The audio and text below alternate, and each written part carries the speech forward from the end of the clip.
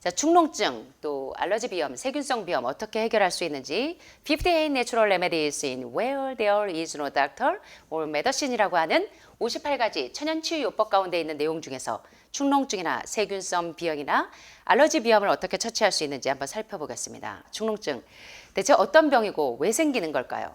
자, 부비강염이라고 일컬어지는 이 축농증은 부비강 안에 이 고름이 이렇게 들어있는 병입니다. 일반적으로 부비강 점막의 염증을 말하죠.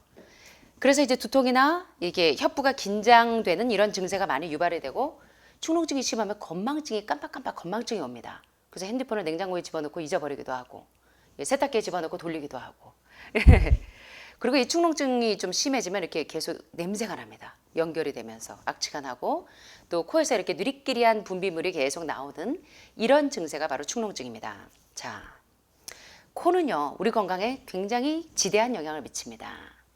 코가 비록 1cm에 불과한 동굴이지만 호흡을 이렇게 통해서 산소와 이산화탄소의 가스 교환이 일어나는 그리고 폐와 연결되어 있는 굉장히 중요한 신체 기관입니다. 여러분들이 항암하시고 오시면서 냄새를 못 맡고 맛을 못 느끼실 때 굉장히 답답하고 입맛이 없어지는 거 경험하시는 것처럼 몸이 이상 증세가 오면 오감이 벌써 막혀버리죠. 그래서 코 건강이 상당히 중요합니다. 자, 그런데 이 코의 기능이 망가지면 공기가 이렇게 들어오는 것들 그리고 세균이 감염되는 거 그리고 먼지가 들어오는 게 높아서 노폐물을 여과시키거나 냄새를 맡는 일에 장애가 오기 때문에 이때는 빨리 신속한 조치가 필요합니다. 그래서 영양 상태라든가 너무 차가운 데 있어도 그리고 너무 뜨거운 데 있어도 그리고 습도가 너무 높은 데 있어도 그리고 건조한 데 있어도 그래서 장마 때 가장 많이 오는 병이 바로 이 축농증이나 세균성 비염, 알러지 비염, 꽃가루가 날릴 때 오는 증세이기도 하지만 장마 때도 아주 빈번한 질병 중에 하나입니다. 자, 그래서 이런 이 곰팡이 세균 감염 등이나 바이러스나 박테리아, 여러 가지 고온, 다습, 한냉, 건조 이러한 환경적인 상태에 의해서 이 바이러스성 부비강염이 축농증을 유발하는 그런 여러 가지 원인이 될 수가 있습니다.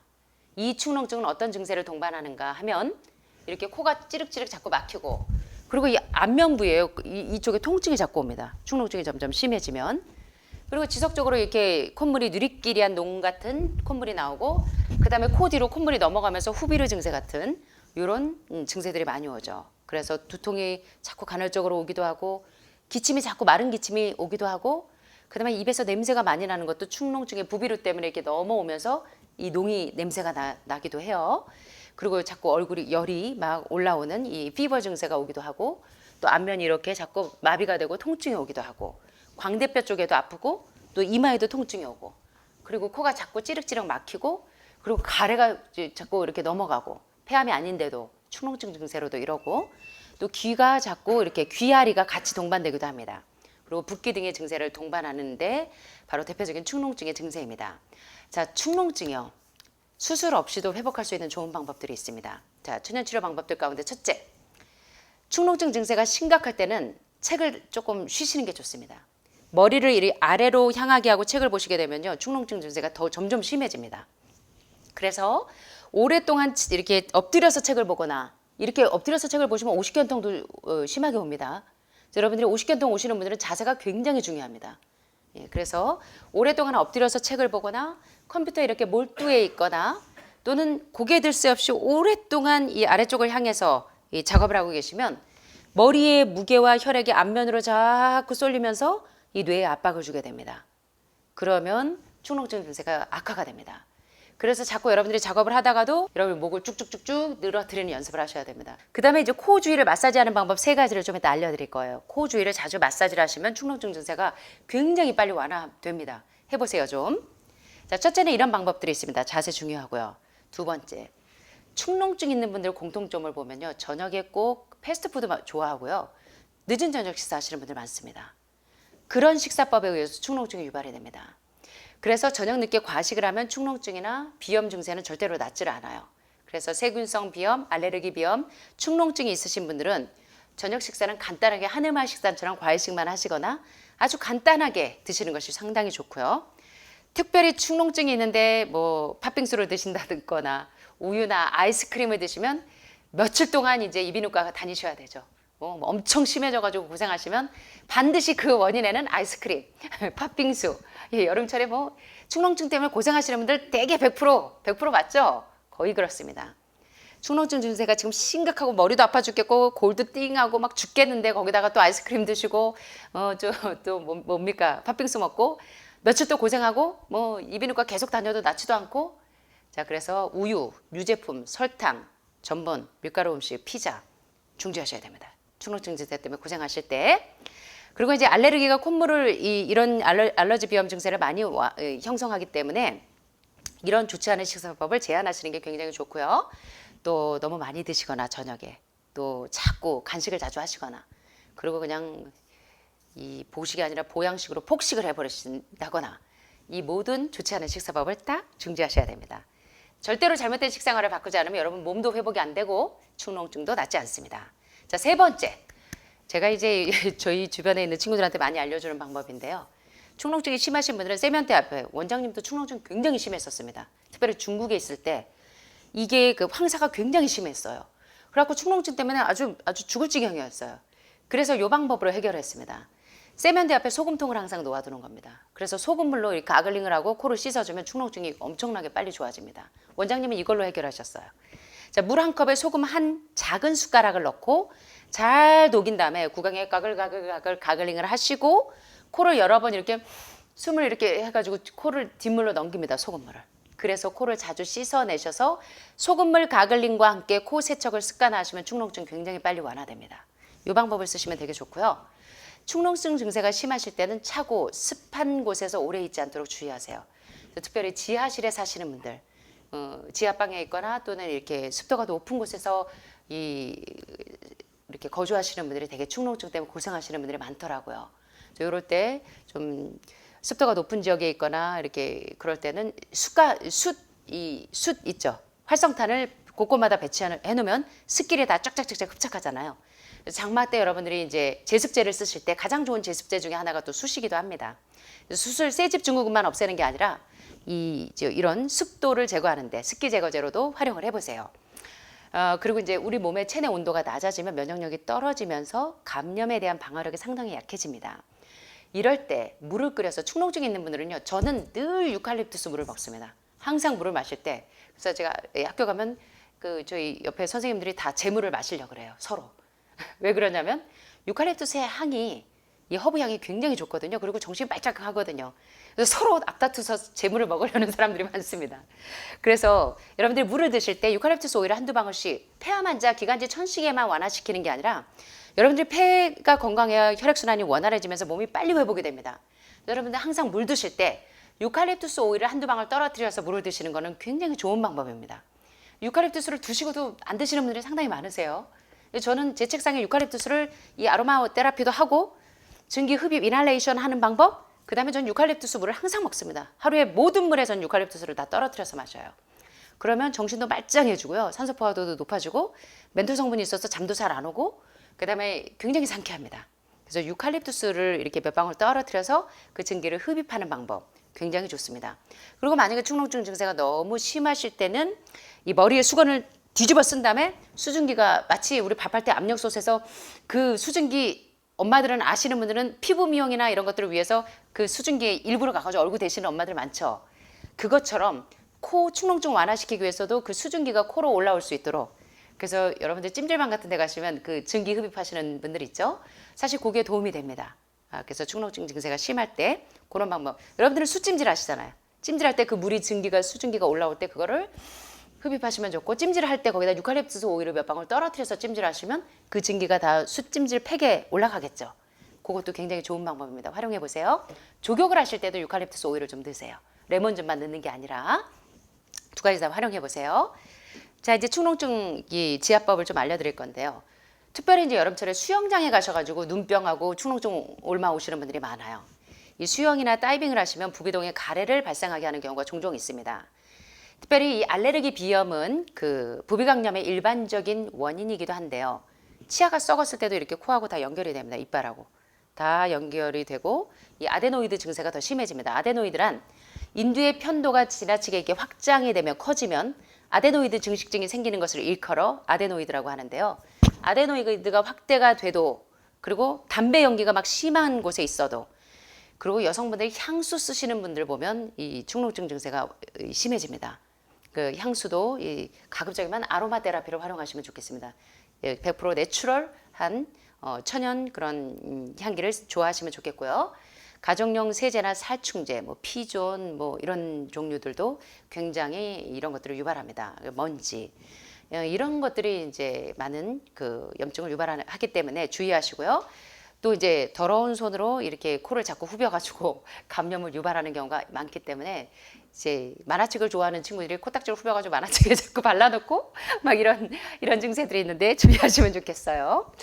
자, 그다음에 이제 축농증 증세가 너무 심해서 이비인후과 갔는데도 해결이 안 된다. 밤새도록 머리가 아프고 콧물이 줄줄 흐른다. 진짜 그런 분들 많잖아요. 여름에 막 너무 심해가지고 콧물이 줄줄줄 흐르는 친구들 많이 봤습니다. 근데 딱 떨어뜨리는 방법. 골든실 가루. 여러분 상처 있을 때 우리 여사님 어저께 여기 계단에서 쓰러져셔가지고 프로폴리스 액에다가 골든실 가루 개가지고 상처 있는 데 바르면 빨리 완화가 되잖아요. 상처 있는 데 다. 자, 이제 눈 마사지하는 방법을 좀 알려드리겠습니다. 눈 주위가 붓는 것을 상당히 주의하셔야 돼요.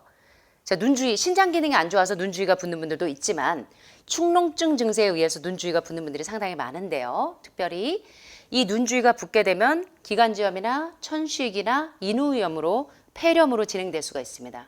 그래서 상당히 축농증 증세가 있을 때 눈 주위가 붓는 것을 주의하시고요. 자, 마사지 하실 때 이 코와 눈 언저리, 귀 부위와 목까지 마사지하는 방법이 있는데 자, 여기 첫 번째 보시면 축농증 완화하는 지압법 중에 영양혈을 눌러주시는 겁니다. 여기 콧망울 옆에 움푹 들어간 부분 있죠. 여기 콧망울 옆에 움푹 들어간 부분.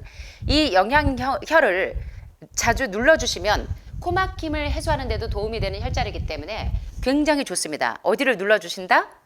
어디를? 콧망울 옆에 움푹 들어간 부분을 자주 영양혈을 이렇게 눌러주시는 방법입니다. 축농증이 심할 때 그러면 뻥뻥 소리 나는 분들 있어요. 코막힘이 심하신 분들은 영양혈을 눌러서 축농증을 완화합니다. 두 번째, 상성혈을 눌러줍니다. 상성혈은 어디냐면 이 앞머리가 시작되는 이마 부분의 정중앙 부분이 바로 상성혈입니다. 앞머리가 시작되는 정중앙 부분을 자꾸 자극해주면 머리와 코를 맑게 해줘서 축농증이나 두통 해소에 상당히 도움이 됩니다. 그래서 편두통이나 우리 아이들이 축농증 때문에 엄청 머리가 아파 엄마 이런 아이들 많아요. 그럴 때 이 영양혈하고 상성혈을 눌러주면 머리가 말짱해집니다. 그 다음에 마지막으로 할 수 있는 혈자리가 어디냐면 바로 인당혈입니다. 자, 양 눈썹의 중앙 부분을 눌러주십니다. 여기가 바로 인당혈입니다. 이 인당혈을 눌러주면 비염뿐만 아니라 눈의 통증이나 두통, 어지럼증, 불면증 해소에 상당히 도움이 되는 혈자리가 바로 인당혈입니다. 그 다음에 이 이제 마사지가 끝나고 나면 숯 패치 있죠. 숯 패치를 이렇게 뭐 3, 6 정도로 자르셔서 3cm, 6cm 정도로 잘라서 콧등에 이렇게 붙이고 주무시면 정말로 쭉쭉쭉쭉 석션처럼 코에 농을 부비동 감염된 데를 쭉쭉쭉쭉 농을 빼줍니다. 복수 차고 흉수 찰 때 숯패치를 자주 몇 시간 간격으로 갈아주면 이 쫙쫙쫙쫙 복수와 흉수가 있는 부위가 쭉쭉쭉쭉 흡착되듯이 코에 부비동에 감염돼서 농이 있을 때 그 농을 숯패치를 붙여주면 얘가 쭉쭉쭉쭉 흡착해내요. 그래서 이런 방법을 콧등에 이 숯패치를 붙이고 주무시는 거 굉장히 좋은 방법입니다. 그 다음에 유칼립투스 오일을 항시 인할레이션 자주 뚜껑을 열고 흡입하세요. 유칼립투스 물에다가 떨어뜨린 다음에 그냥 드시지 마시고요. 바로 물 마시기 전에 한두 번씩 흡입을 하세요. 그러면 폐가 굉장히 부드러워지고 기관지 천식이 완화가 됩니다.